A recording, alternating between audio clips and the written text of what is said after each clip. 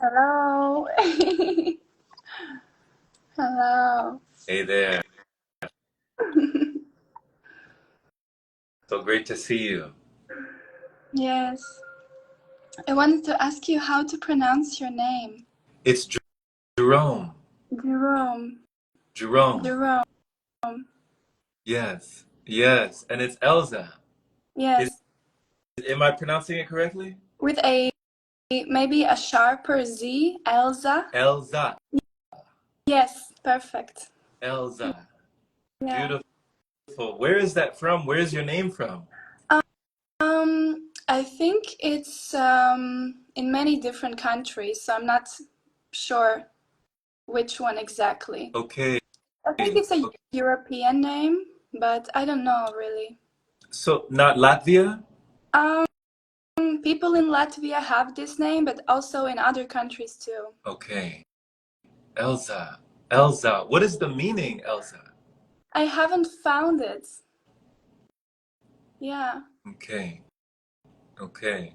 It's a very unique name, you know? It's a very unique name, but you like when you think of Elsa, like I remember, I think there's been fairy tales and different movies and different films with names sort of like it, but Mm. when I think of it, it does sound kind of like mystical, like one of those characters. You ever seen those movies kind of like Alice in Wonderland, I love where it. they, yeah, I like love it. I they love take a, it. go ahead.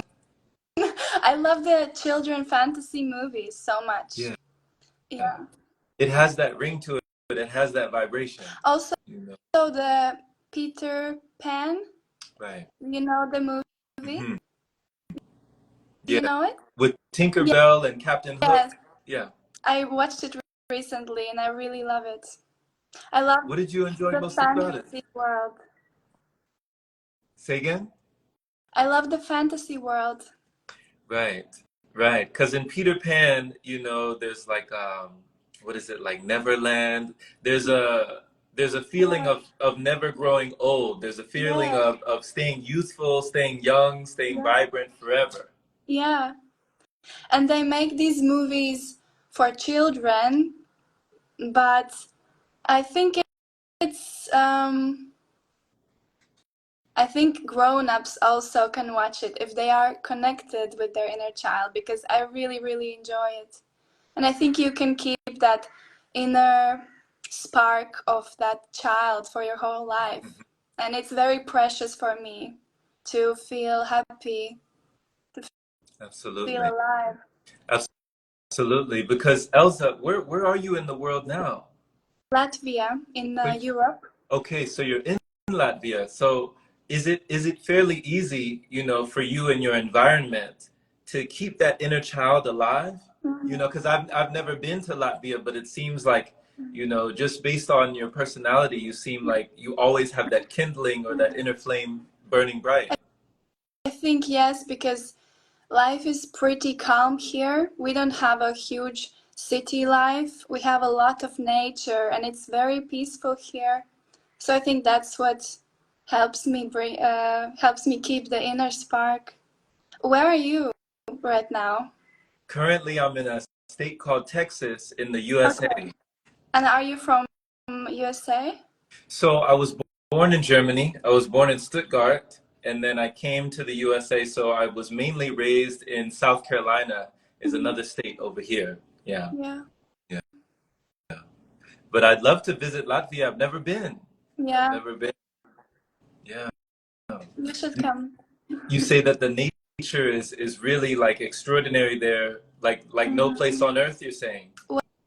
Well, we have a lot of pine tree forests, Hmm. and the nature is not extremely beautiful. Like, we don't have huge mountains and palm trees in the beaches, but it's beautiful in the way that it's very simple and it's very peaceful Hmm. and very mystical also. We have a lot of forests, huge forests, and it's beautiful. We have forest lakes and we have And the lakes are super dark, like black lakes, Black? because the water is very dark here in Latvia, in lakes and rivers.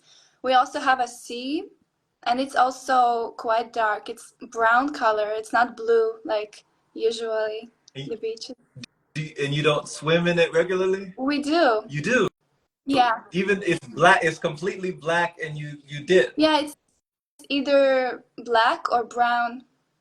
and you jump straight into the blackness. I'm scared of it. I'm scared of it, yeah.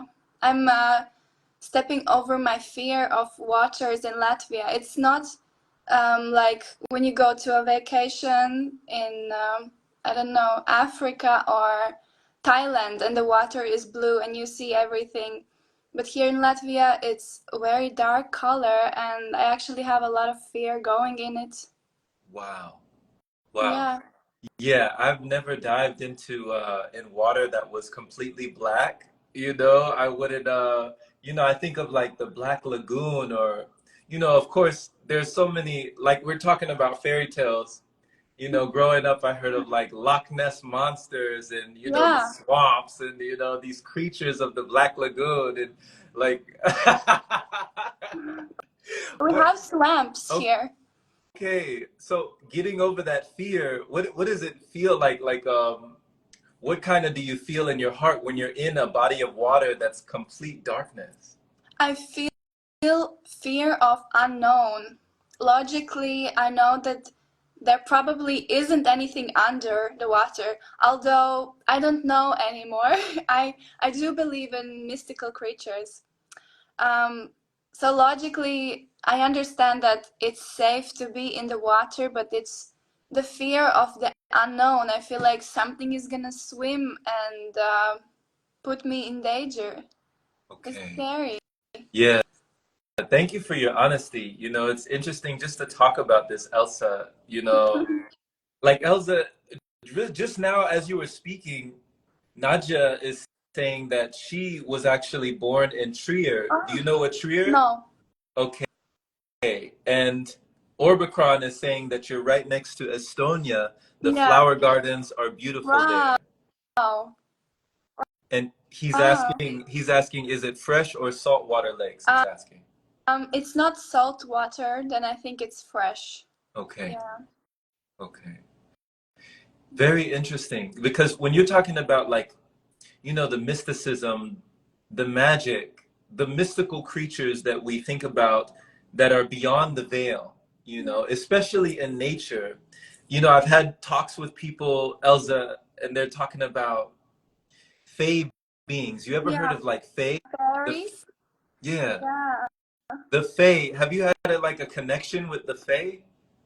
I haven't had an encounter with an actual fairy, but I really wish to because even though I haven't encountered them in real life, I feel a strong connection with them. And yeah, when I started feeling this connection with fairies, I would start to feel like a fairy myself, and then people would start to call me a fairy. They would call me Fairy Elza, and I didn't even tell them anything about fairies. It just kind of started reflecting, and then it just started becoming this loop. A friend, she gifted me oracle cards that used to be hers, and she felt like it's time to pass them on to someone else, and they were fairy oracle cards, and it just started going and going, this fairy loop. And then on one mushroom trip, I realized that this fairy archetype that I feel in myself, I feel it's my inner child, the fairy archetype. Yes. Yes. Fairy Elsa.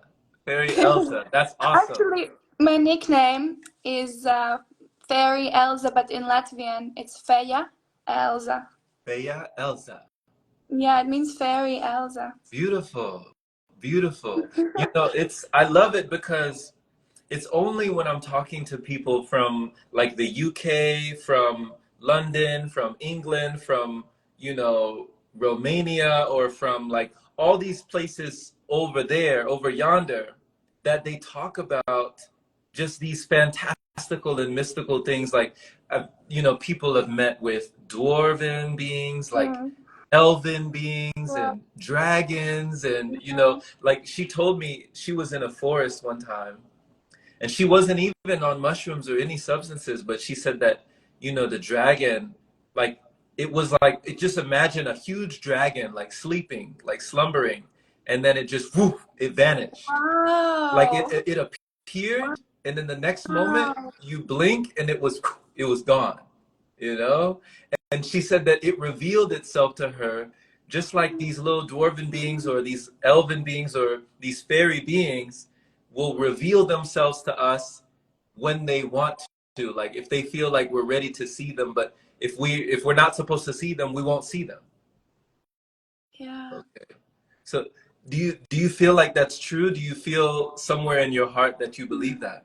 I do believe that, but it also made me feel a little bit of pain in my heart because I really want them to to show them to me, and I feel like what do I have to do to be ready? Because I really really want to connect with these beings more, Mm. and Yeah. yeah, it's my dream It's to see a dragon. for sure. It's interesting just to imagine the dynamic between human beings and these other beings that are just beyond, like they're here, they're in this realm, but they're in like a realm that's like almost parallel to our realm. And I wonder what relationship that we actually have with them and why we aren't just regularly communing with them on a daily basis, or, why we aren't as friendly. Like what happened in our past history or our lineage, or like what is through time, throughout history, what happened between us and these beings that maybe caused such a separation or such a divide that, for one thing, many of us don't even believe that they exist, and Yeah. then for another thing that they usually don't reveal themselves very often. So I really do believe that there are so many forces at work. And I'll put you on to my friend, one of my friends. Her name is actually Alice. It's actually, Mm. I'll put you on to her and have her tell you, what she did to kind of draw them out. She uses different techniques. Like sometimes there's different things like honey or different things that you can put out, or like milk. I don't know, like some of them enjoy certain treats and trinkets and something like that. You can put something out for one of them and they'll come out of their hiding place or whatever. And some of them, she said, are pretty cheeky. Like you might find your keys have gone missing, and then they'll be in another place. They'll be somewhere that you didn't put them before, and they just move things around the house or something. But it's interesting to think about. Yeah. Yeah.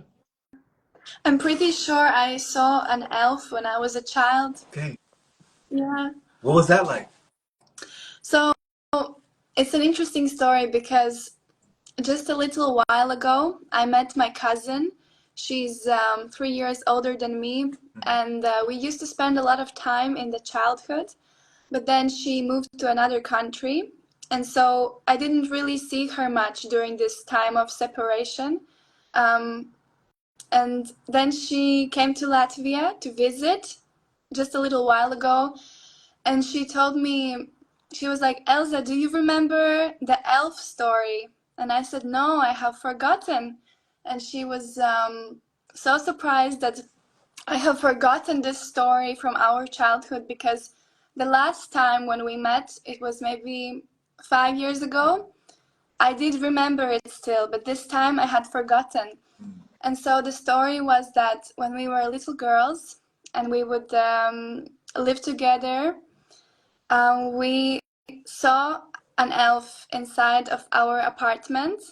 We were just playing together, and we both saw an elf in the room, and it was a real elf. And I have forgotten this story in my logical mind, but I can feel it, that it's true, that I remember it somewhere deep inside of me. And my cousin, she said she remembers it 100% very clearly. And she said she has a feeling that the elves want us to forget this. but she said she will never let that happen. And Well, yeah, like they did something for your memory, almost like an amnesia. I'm not sure, but she said she has a feeling like the elves would want us to forget it. And she also said that when we saw the elf also saw us, and it had a facial expression that he shouldn't have been seen by us. Oh, And then he ran away in another room, and we were looking for it for a week, but it probably went outside. so it was almost like caught, like you caught it. Yeah, yeah. And it was like a knee length, and my cousin said it had a red hat. Yeah, like a regular real gnome. And then I googled and I read other people's stories on Reddit, and many people have seen gnomes. Oh my gosh. Oh, Yeah. and your friend said they'd never want to forget it, but they have a feeling Yeah, that the being would want them to forget. yeah, that that they want us to forget it. Wow. Wow. How do you feel about that? Like what does that tell you? What exactly? That they want us to forget? Yeah. Like what it, how do you feel like that in your non-logical mind? Like, because you said that in your logical mind you can, you don't really remember, or in your other mind, like how do you feel about that? I didn't really the question didn't really I don't have an answer. Yeah, yeah. It's interesting because at first you were saying that this event, you said it either took place in your logical mind or you don't remember in your logical mind. But No, it took place in real life. yes. I have forgotten the event. I don't remember it. But when my cousin she told me this story, I can feel it almost subconsciously or something somewhere deep inside of my body, in my knowledge and my information that it is true and that it did happen. I have this memory somewhere deeper inside of Wow. me. Yeah. Wow.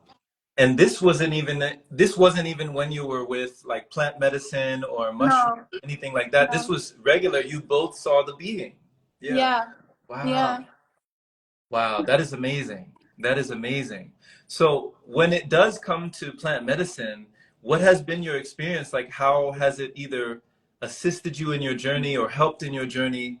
How has it flowed in your journey when it comes to working with those plants? So my biggest plant teachers have been psilocybin mushrooms, Mm. and also lately wheat. And with mushrooms, it's very interesting because I would do them once in a while for a couple of years, maybe once in 3 months or more often or less often. And then there was this one trip, mushroom trip. I said to my friend, I have a feeling that after this trip, my whole life is gonna feel like a mushroom trip. And Mm. it happened like that. After that one trip, since then, I really feel like I'm in the same kind of state of being as if I was on mushrooms all the time, but in a positive way. I just feel like really my consciousness has been raised, or life just feels more fluid and like a dream. Wow, dreamlike. Dream like, really, really, really like dream like. Yeah. Okay, okay. And what was significant during that experience that caused you to feel like that, like the rest of the life would be like a dream, like almost an illusory experience? I feel like it was just this kind of point that I reached. I had done enough mushroom trips, and now I was ready to go in the mushroom consciousness on daily basis. Wow. Yeah. Conscious. But maybe I can even go higher if I do mushrooms again, because I haven't done them in a while. Maybe in a You know, it's year. that's really interesting. Like just when you're talking about psilocybin and then merging with that mushroom consciousness, like merging with that mushroom mindfulness of this existence becomes trippy, you know, it becomes like its own kind of dream or its own kind of, you know, ephemeral fairy tale land. I remember that, you know, there were some of my friends, they've done large dosages. And one of my friends, she did, I think, 5 grams. And she said, Elza, she said, she thought she died, you know, like she thought she was gone. And then when she finally came back, she was like, I'll never do that again. And then I talked to somebody else who's been on the 15 and 20 and further grams, you know, done like 20. And they're in these other realms where they're talking to other beings and they came back to tell the tale, you know?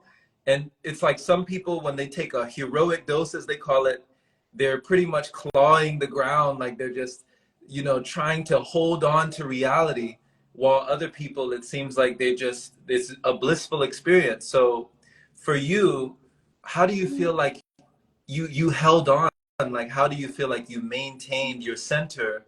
How do you feel like you were still able to have that groundedness? Yeah, I will say that it has been a struggle to keep that groundedness, but I would say daily life problems that you have to deal with, you know, just daily life keeps me grounded. Daily life responsibilities. If I don't do certain things and I just fade somewhere away, then I'm not gonna be okay. I see. Yeah. I see. So the rituals of and the routine of reality, like Yeah. daily life, just kind of going with emotions, that helps ground you. Yeah, I think it's very easy for me to float somewhere away in different realities, and I have a very strong imagination, and it's very easy for me to really almost float some away from my life. Mhm. But I think really what keeps me grounded are the struggles of this life, or just the things that I have to do, just Mm. the responsibilities. Responsibility. Yeah, Yeah, they do say, you know, that's the response to the ability, you know? responsibility. Yeah, responsibility. You know, for me, Elsa, it was video games. You know, for me, it wasn't so much like psilocybin or, you know, different plant medicines. For me, I loved to venture off into virtual reality. Mm. And I did this for years. Like it's been years since I played, like since I had a controller, but it was years of me kind of in that virtual world, in, you know, creating my own avatar and living out my fantasy life on the screen. And you know what I mean? So with you, what gravitated you? What was the pull towards the plants? You know, what was the thing that really drew you to what attracted you about the shrooms in the first place? Mm. It's interesting because I didn't know about them before they came in my life. My partner at the time, he was much older than me, and he had a friend group, and they would sometimes party, and they started exploring different drugs. And one of them, it's not a drug, but one of the things they would try were mushrooms. And I was like, I didn't know about such a thing that you could eat mushrooms, and or maybe I saw it on the movies, but yeah, I didn't know much about them. And at that same time, I also started my spiritual journey. I became more interested about spirituality, and I think I would research what it's like to do mushrooms, because I was worried about my current partner. What he's going to be? Is he going to be safe So I would research it, and I think I found out that it can be a spiritual experience. And then, yeah, I think slowly they came in my life. Okay. And you and your partner, were you both doing it together at this time? I don't think the first time, I just now remembered our first time. Yeah, we did it once together. The first time, it was a very small dose, but it was more about the visuals and a little bit feeling wise. And it was a very positive experience for me because I haven't really done any mind altering substances. And it was a very profound experience for me to experience that reality can change because of your consciousness. And Right. I remember I would look at the trees and the leaves would kind of dance, and I was like, have they always been like that? And I was Mm. so surprised that they can change shape just by my own awareness. It's Yeah. so crazy because things aren't just the way they are. Right. They aren't set in stone. Mm. It's so Yeah. crazy. They say like they say things aren't as they are, things are as we are. Yeah. Like the perception is the reflection, and your perception is the connection, you know? It's all filtered through our eyes anyway, you know? Everything that our eyes even see and our senses perceive is what, you know, the mind believes and the mind receives, you know? The mind perceives, and then we retrieve that data or information. That's just on a logical level. But when you go at a metaphysical level, it gets deeper. You know, it's like, whoa, it gets deeper. So when you saw that, when you noticed, and when you realized that due to your own conscious awareness, you were changing everything on the outside based on the change on the inside, like that is already mind blowing. It is, you know, maybe I can imagine that people, how they act around me would change when I change my awareness, but I could never imagine that physical objects like a tree could change shape because of how I perceive it. It's mind blowing to me because a physical object is something so like set in stone, you know. A tree is just a tree, it grows like this, but then it can change and it can be like this. It's so mind blowing. Yeah. Nothing Yeah. changed about the tree. Nothing changed. And then I have a question. What does the tree actually look like, or does Mm. it have one true form? Or does it even have just one true form? Does it have a million different forms and shapes Exactly. as it appears? I don't know. These are the questions, you know? Like, I think that's one of the things and one of the beautiful things about us as human beings and being in this experience is that we get to ask these kinds of questions, and that questions become the answer. You know, the more questions we ask like those, you know, the more answers we start to receive, and the more we start to, you know, the more we start to keep growing from there. Keep growing. We keep going from there. It never ends. It really never ends. It's just a complete spiral that you keep coming back. You keep coming back, almost like a circle. It's never a linear straight line. It's just like a revolving. It's like, wow, you know, but it's a continuous learning, this circle of life. And even as you were speaking, Elsa, Sonaro said, ever evolving reality, just like environment dictates so much, we are a part of that environment, and we can affect the rest of it just as much as it affects us. So just as you were able to notice a change in your environment when you had a change within you, were you able to notice how you affect your environment? Mm. Anytime I'm on mushrooms, I just feel like everything around me is so loving. And I'm not sure if I was Well, probably because I perceive the environment as I am.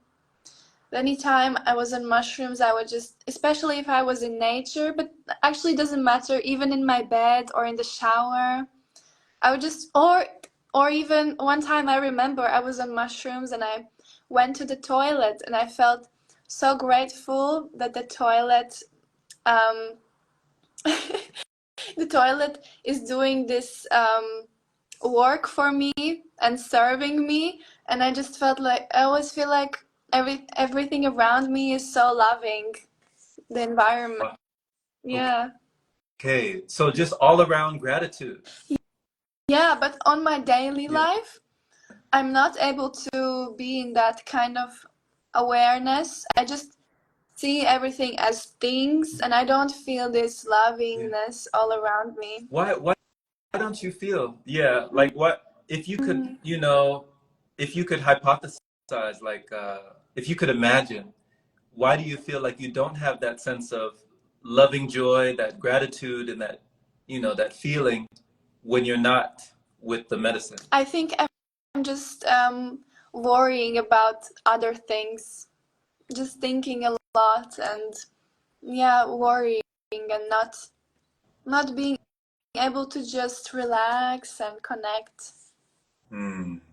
Okay. Okay. They do say like the mother of all creation is relaxation, you know? Yeah. Yeah, But you can let go of a lot of frustration, it alleviates a lot of complications, and you mm, can avoid a lot of confrontations with relaxation, mm, you know? So that's also, Elsa, while we do the morning meditation, we do the Qigong, to not just to keep the energy strong with Qigong, but also to get into a different vibration, to get into a different frequency and change what you frequently see in that new frequency, right? So when it comes to Qigong, you were telling me that you had to translate it from Latvian yeah. because you had never done Qigong. That was the first time you did Qigong with us? I had went to yoga classes before Hmm. and we did a tiny bit of qigong. It was like we made this ball of energy with our hands and then we would put it in our stomach, our livers, massage it in there. Just a tiny bit. I still really don't know what it is. Yeah. So you put it like into your dantian, like your liver. You're saying you put it down in this area, your lower belly? Yeah. Yeah. And on the back, on the liver, I think. Okay, okay. So yeah, just like absorbing the energy and then storing the energy, Yeah. exploring the energy, playing with energy. Did it seem awkward at first or was it natural for you? It was natural because as I was growing up, I had a stepmom and she was into spirituality. And whenever um, we would had a pain in somewhere or somebody else would get hurt, we were like just playing as kids with each other and somebody fell, then she would tell us to make this ball of energy, and then the other person can choose the color and then you put the ball on the person where the pain is and then that would help to heal it. So I knew what it is, kind of. And you said who did this in your family? Your mother? My stepmom. Yeah. Wow, your stepmom was doing, that's like Yeah. Reiki. Yeah, yeah. That's like Reiki healing. Like you're healing someone with your energy. Yeah, and I think if I was older or as old as I am right now, and I would have to make this energy ball, and I had never had this experience in my childhood, I would find it awkward and I wouldn't understand it. But I think when you are a child, it's very easy to accept everything that you are being taught, and it's easier to accept things later in life too. True, true. Yeah. Because you seem very wise beyond your years. I even called this enlightenment with Elza, Yeah. because So when you're when you're talking about yourself, Elza, and you're like, in my younger years, or you know, when I'm older, like you have your whole life ahead of you. You know, how young are you? What year were you born? I'm born in 2003. Okay, so you have your whole entire life ahead of you, you I know? don't know. It doesn't make sense to me when you say that. I don't know. What does it mean? Because my life is my life is right now. Oh, like I cannot feel my life as being like ahead of me. Yeah, I just can't feel it. I can only feel this moment.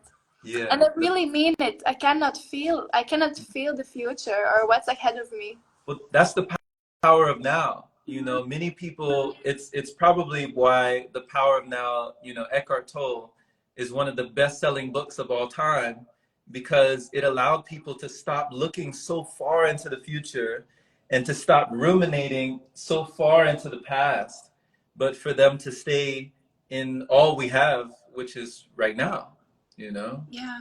Yeah. So they say the present, you know, they say today is a gift. That's why they call it the present. Do you think do we have to keep eye on a little close future or only on the now? That's an interesting question. You know, I like to, whenever I'm in meditation, and I might even be listening to like words of affirmation, I, I do feel gratitude for all that I have in the present. But I also feel like I'm a conscious creator of Mm, whatever is going on in the future. Like I have, you know, my future self to thank that I did things that I'm still reaping the rewards of today that I wouldn't have known, you know? Like it's such an interesting thing to think about because I resonate with what you said, Elza, about I don't know anything yeah, but here. I don't know anywhere but now, yeah, right? But also when I go within, time doesn't become, it's just endless. It's like yeah. an ocean, It's you know? endless. Yeah. So for some people, I guess that can feel kind of overwhelming. But for me, there's a feeling of safety and security knowing that if it will be, it's up to me. You know, just like you said, that conscious awareness of having the effect on the outside. So you realize you can go internally. You go internal to see the eternal internal. Yeah.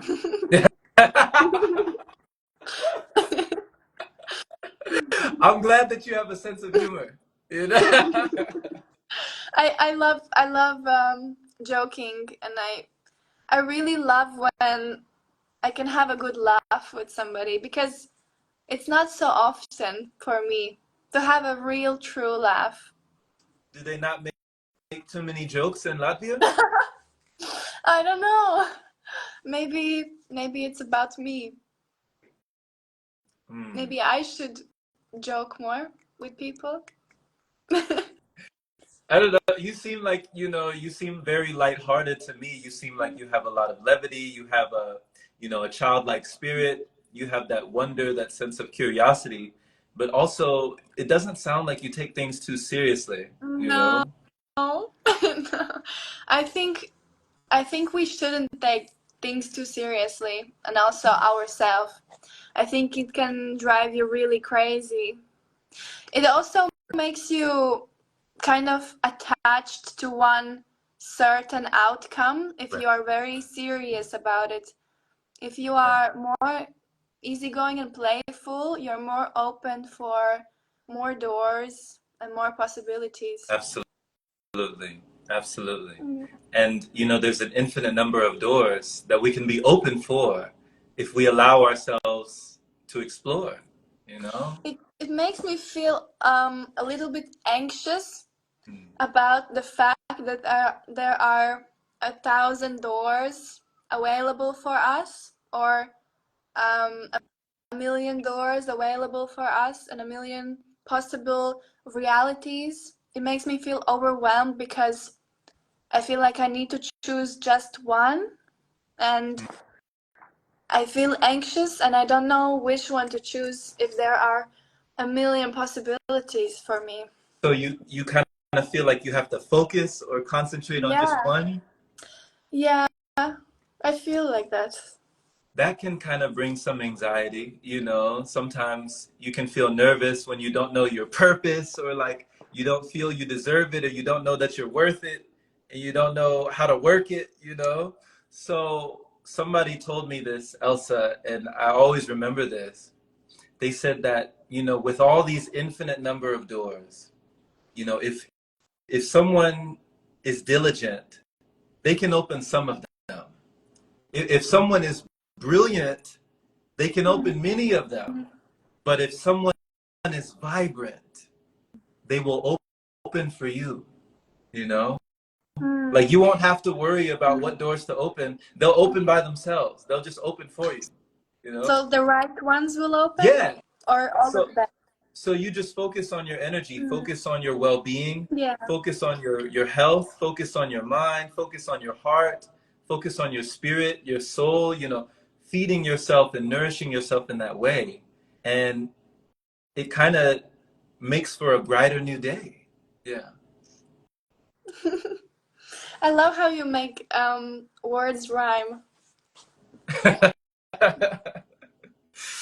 I, you know, I think it's the workings of my mind. You were talking earlier, you were like, maybe my mind just works like that. And I think the same. My mind just kind of works like that now. I used to write a lot of poetry back in the day, Mm. and poetry was something I used to write. Do you read poetry? I don't read it, but I enjoy it whenever I do read it. Sure, for sure. One of my friends said that when something rhymes, it sinks deeper into the heart somehow. Mm. Like somehow it just sinks deeper, you It makes know? sense. Right. Yeah. It clicks. Something clicks. Like something is shifted and then something is lifted, you know? Mm. With the words that are gifted, right?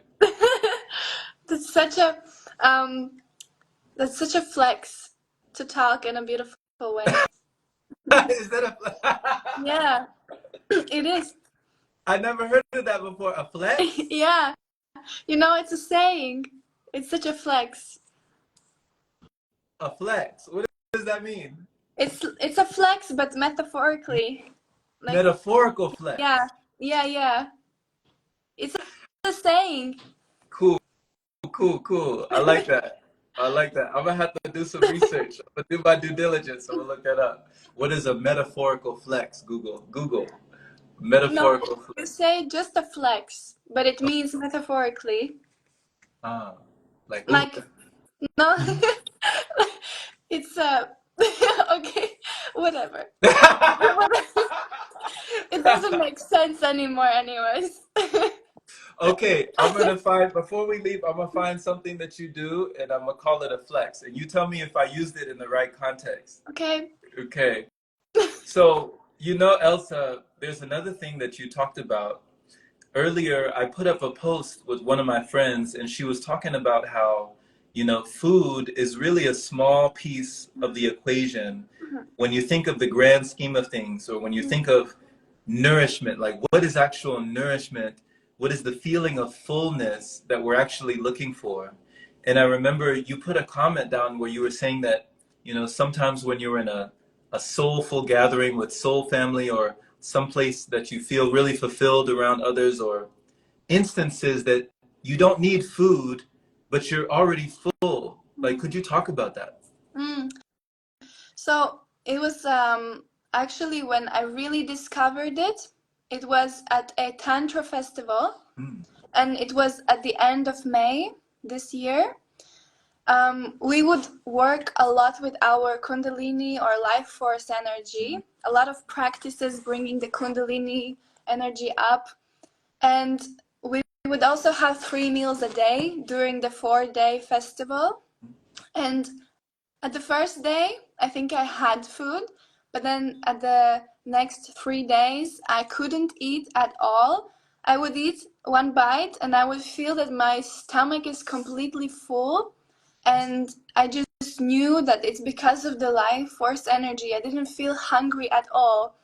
But then sometimes, whenever I would feel some heavy emotions come up in the festival, like sadness, grief, I would feel immediately that I need food to comfort me. Like the energy would go down, the life force energy would go down, and I would need some other form of nourishment or comfort or just energy to bring me up again. Okay. Okay. Very interesting, Elsa. So during those times where you felt like you weren't hungry, was it an ever a strange feeling? Was it something that you weren't familiar with, that sensation of just not having hunger? I think not, because before that, I would have many times when I could go for a whole day not eating, and on those days, I would do something that would really fulfill me. So I already knew this feeling, but at that moment, I realized I'm at Tantra Festival. I'm working a lot with my energy. I feel very happy and fulfilled energetically. So it must be because I have other energy source. It was very interesting for me to realize that you can really have other energy sources, not just food. Absolutely. Absolutely. And what a revelation, Yeah, what a realization, you yeah. know? So when you're at this Tantra festival, and for those who don't know, what is the purpose of a Tantra festival? Like what is Tantra? I think the purpose always is different for each person coming there. For me, it was just to explore myself, to explore this life force kundalini energy, because I was really interested in that. Um, and I think Tantra is about love and connection. Yeah. Yeah. And when most people, I guess you could say the majority of people do find that love and connection with consuming food, with consuming a lot of things like solid things and just kind of feeling that feeling of love and connection when it comes to communing or that social aspect in society of, we have all these holidays. I don't know in Latvia, but we have like Thanksgiving, we have Easter, we have Christmas, we have New Year's, we have, Independence Day, we have like all these, Halloween, like we have all these different holidays and they're surrounded by Yeah. food. There's always food involved. So many people feel that love and connection with food, but you're saying that you got that love and connection from somewhere else. Yeah, from the life force energy that is actually, I think, well, not I think, but I know that it's always circulating in each one of us. But I'm not sure why. What does something block it that we don't get nourished from it? Because if we have to have the life force energy circulating if we are alive, right? So it's circulating in each one of us all the time, but I guess there are some blocks in us that doesn't let it to fully circulate and nourish us. Oh, I'm not sure. okay. So are there times when you have eaten a lot, like maybe you've had a large portion of or a big meal that you don't really feel that life force circulation at that high of a vibration? I think also, but I was I meant it in a way that I'm wondering, why is it that we need to eat? Okay, okay. I have to I have Yeah, to have a little moment. no worries. Whatever. Okay.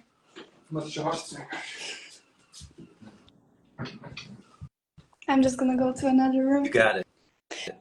You got it. Yeah, so I was just wondering, why is it that we feel the need to have food if the life force energy is constantly circulating in each one of us? Why is it that we can't feel the nourishment from the life force energy at all times? What is the reason why we need the food and we can't nourish from the life force energy at all times? Yeah. Yeah. What do you think? great question. And who's to say we can't? You know, that was a question for me. Like that was a question that I had to answer to myself. Who says that I can't? You know, why can't I? Why not?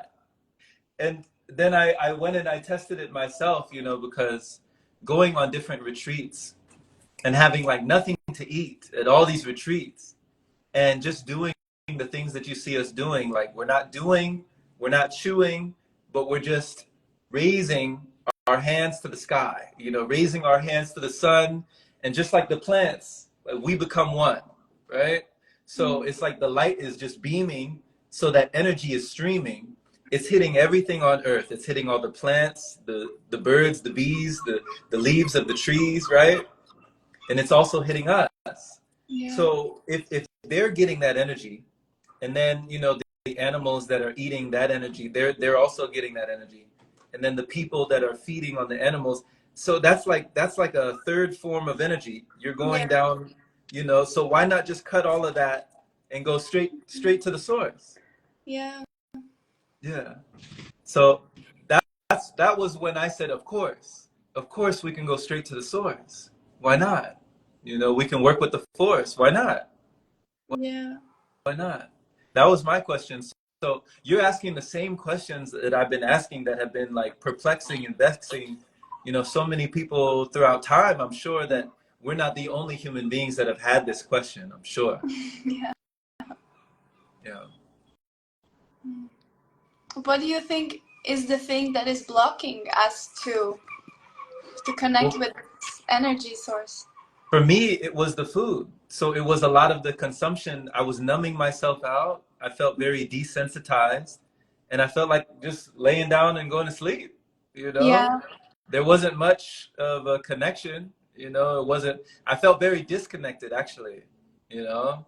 And when I look back, it feels not intentional, it just feels unconscious. Yeah. It just feels unaware, you know? Of what was always right there. Like I'm putting it on my plate, and then I'm just going to sleep. And then I'm waking up, okay, what else will I eat? And then I put it on my plate. Once again, I go to sleep. Then I wake up again, and I'm like, what else should I eat? Right? Right? Yeah. So it was a complete cycle for me. And then the continuum was the job, you know, working in the job, working in the systems of, you know, the 8 to 5, or just spending my whole life working to get money to buy food, to have the energy to go back to work, to have the Spend. money to buy the food, to have the energy to go back to work, then to make more money, to have more, you know what I'm That's saying? So crazy. I mean, it sounds insane when you think about it. It Yeah. sounds like, was I a lunatic? Like, what was I thinking, you know? And they say we can't change something when we're operating at the same mindset, or the same, you know, the same thinking, the same imagination. It stays at the limitation if we don't change it, you know. So I had to rearrange it. Yeah. Mm. And what does it look like for you now? How often do you eat? Do you eat every day? So the last time I had solid, you're talking about solid food? And I think in general, but just tell your story. Well, so, well, we're about to go to Qigong in a second. Okay. You know, we have about 2 minutes left. But to briefly tell you, I haven't had solid food since 2022. So it's been over 2 years. Yeah. Yeah. Wow. So what do you eat or So I drink? drink. I live with liquids. So I live a Yeah. liquid lifestyle. So juices, teas, coconut waters, you Mm. know, Wow. occasionally nut milks, like liquids are what I live. For two Yeah. I live on that. years. Say it again? For 2 years already. Yeah. Over 2 years. Over. So Wow. yeah, it was May of 2022 that was the last time that I had, I think it was maybe a salad or something. That was the last time. Yeah. Wow. That's amazing. I Really. mean, it sounds amazing when you think about it, but for me, it's just like that. Yeah. You know, for me, I it's get it. regular. It's like it is. You know, once you know, it's like the magician. You know, behind the curtain. You know, they know how the trick is done.